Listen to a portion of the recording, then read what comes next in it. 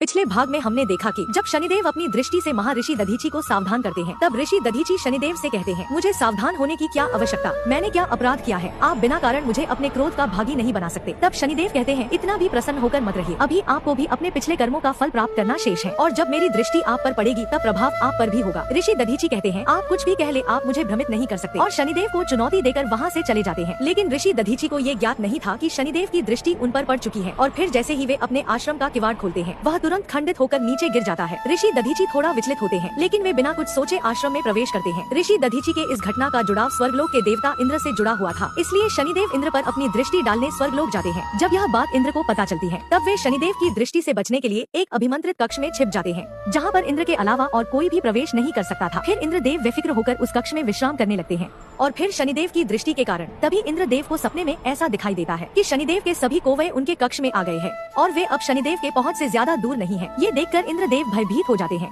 और डर कर स्वयं कक्ष से बाहर आ जाते हैं। लेकिन तभी शनिदेव की दृष्टि छिद्र से उन पर पड़ जाती है। तो क्या इंद्रदेव शनिदेव की दृष्टि से बच पाएंगे, देखेंगे अगले भाग